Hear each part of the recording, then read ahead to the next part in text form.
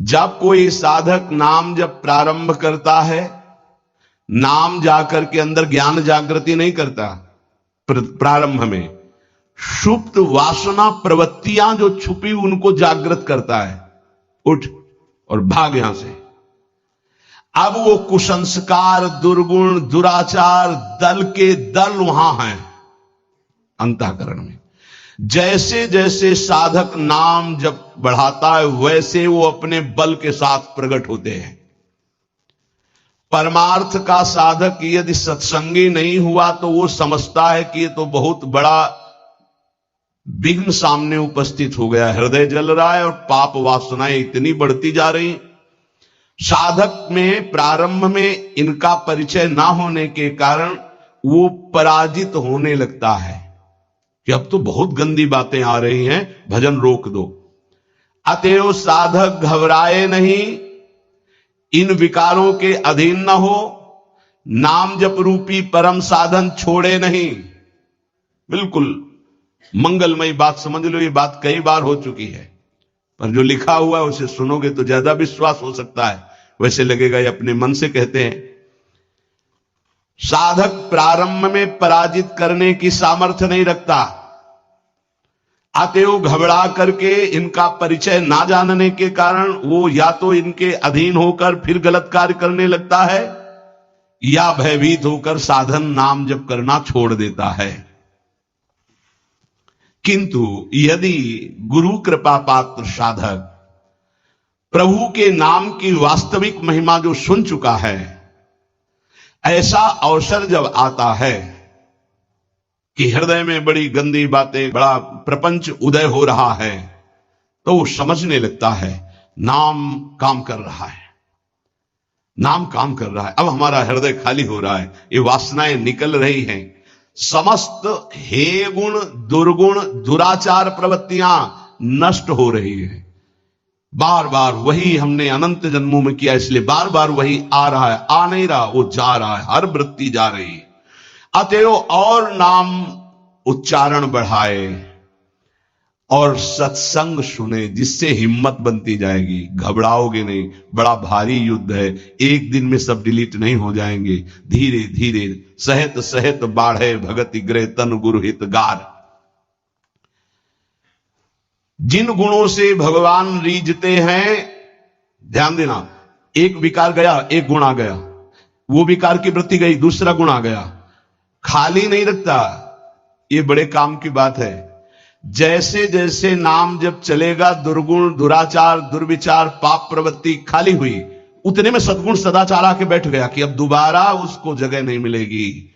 और धीरे धीरे वो पूरे के पूरे दुर्गुण दुराचारों को हटा करके साधक में सद्गुण सदाचार स्थापित कर देता है। नाम, पहला प्रभाव नाम का। साधक को ये बात ध्यान रखनी है कि ये दो वृत्तियां आपके अंदर प्रारंभ में होंगी, दोषापनयन और गुणाधान। दोषापनयन, जो दोष वृत्तियां हैं उनको निकलना और उनकी जगह में सद्गुण सदाचार स्थापित करना, ये नाम करेगा। तुम्हें चुप रहना है, राधा राधा राधा राधा राधा राधा। विचलित नहीं होना कि मन बहुत हमारा परेशान करता है, बहुत विकार आ रहे हैं, अब कैसे रहूं। आपने उनकी सत्ता दे दी, अब वो नहीं निकलेंगे। खुशी मनाओ, गंदी बातें निकल रही हैं। पर साधक कैसे खुशी मनावे? वो तो मन में तदात्म है, तो मन में जलन हो रही है और वो निकल रहे हैं, तो वो समझ रहा है आ रहे हैं, और फिर वो उनसे या तो द्वेष कर बैठता है या तो राग। द्वेष कर बैठा, क्यों आ रहे हैं, क्यों ऐसा ऐसा, उनकी सत्ता दृढ़ हो रही। और या फिर उसी आचरणों में लग जाता है, तो रागात्मक या द्वेषात्मक वृत्ति से वो टिक जाते हैं, खाली नहीं हो पाते, इसीलिए लंबा समय निकल जाता है, कोई लाभ उसको समझ में नहीं आता। दोषापनयन और गुणाधान, साधक में ये दो वृत्तियां नाम पैदा करता है। पहला, अंतःकरण के सारे दोषों को भगाना। दूसरा, अंतःकरण में दैवी संपदा के सद्गुण स्थापित करना। तुम्हें नहीं करना, वो नाम कर रहा है, बस तुम चुप रहो। पर यहां चुप रहा नहीं जाता, विचलित हो जाते हैं। जहां असत प्रेरणा हुई तो या तो ऐसी क्रिया कर दी या वो ऐसे दुखी हो गए, हमारे मन में तो ऐसा आता है वैसा। चुप रहो, ऑपरेशन शुरू है तो मवाद निकलेगा, गंदगी निकलेगी। और जो गंदगी निकलेगी तो फिर अच्छे से वो घाव भर जाएगा। जितना दोष निकल रहा है उतना ही सद्गुण आ रहा है। कितना सुंदर बात है। अगर ये न समझ पाए तो परेशानी पड़ जाएगी। बिल्कुल निश्चिंत रहिए। तुम्हारे अंदर काम, क्रोध, लोभ, जो भी दोष दिखाई दे रहे हैं, आ नहीं रहे, जा रहे हैं, जा रहे हैं। और वो जगह खाली नहीं हो रही, वहां दैवी संपदा भर रही, जिससे भगवान प्रसन्न होते हैं। यदि हम नामोच्चारण के साथ साथ नाम का ध्यान शुरू कर दें तो और जल्दी दिव्य सद्गुण आ जाएंगे। ध्यान दीजिए, यदि हम नाम जपने के साथ साथ नाम का ध्यान शुरू कर दें, ना कभी नाम का ध्यान करें, कभी रूप का ध्यान करें। रूप मानो जैसे बिहारी जी, राधा वल्लभ लाल जी, ये साक्षात विराजमान प्रभु है। इनकी रूप माधुरी देखो, चरणों से शिख तक, शिख से चरणों तक, बार बार ऐसे देखो। अगर वहां नहीं लगता तो बार बार नाम लिखो। अगर ऐसा चिंतन करने लगोगे तो इससे तुम्हारी जलन कम हो जाएगी कि जो तुम्हारा पूरा चिंतन हमारे मन में क्या आ रहा, क्या आ रहा, उधर से हटो, वो निकलना शुरू हो जाएंगे। अंतःकरण में भागवतिक सद्गुणों की प्रतिष्ठा होने में देर नहीं लगेगी। किसको? जो नाम जपने के साथ नाम का ध्यान करता है या नाम जपने के साथ रूप का ध्यान करता है। हरिवंश महाप्रभु ने दोनों बातें कही। राधा वल्लभ लाल को हृदय ध्यान और मुख नाम, बहुत जोर का है ये बात। दुर्गुणों, दुराचारों की जो प्रवृत्तियां हैं, बहुत सुंदर सुगम उपाय है उनके निकालने का नाम जप। नाम जप से ही निकलते हैं। सद्गुण, सदाचार, ये खाली हृदय में आकर बैठने लगते हैं। बहुत बढ़िया प्रक्रिया है, बस समझ लो, कोई प्रश्न नहीं रह जाएगा। एक उपासक ने लिखा कि आपने जब से कहा नाम शुरू किया तब से भारी परेशानी हमारे हृदय में है। अब उपास नहीं है तो उसको कैसे बता सकते हैं। अब हमें कोई सहारा नहीं नजर आ रहा है, बहुत जल रहा हूं।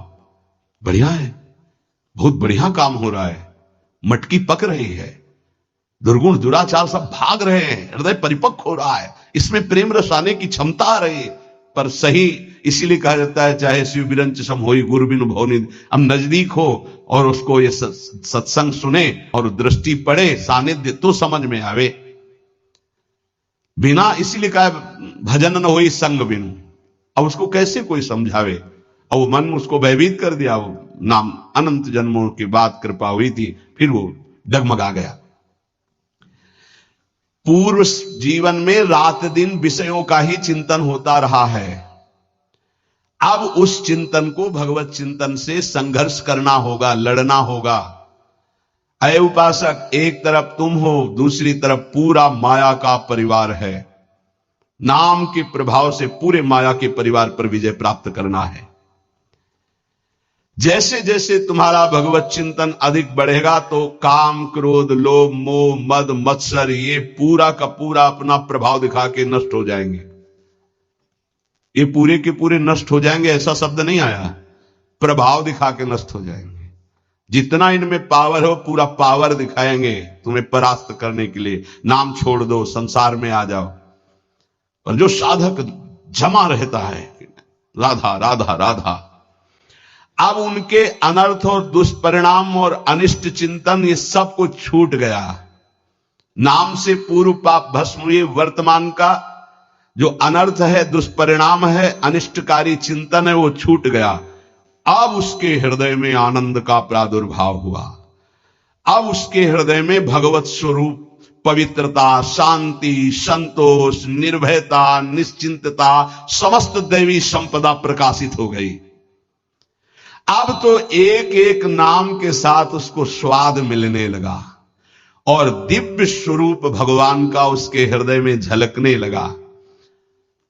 अब भगवान के रूप की प्रतिष्ठा उसके मानस नेत्रों में हो गई। पूरा का पूरा प्रकरण ध्यान से बार बार सुनना। अब उसके हृदय में जो आनंद आया, उस आनंद में उसे आत्म स्वरूप का बोध हो जाता है। मना प्रसादे परमात्म दृष्टि।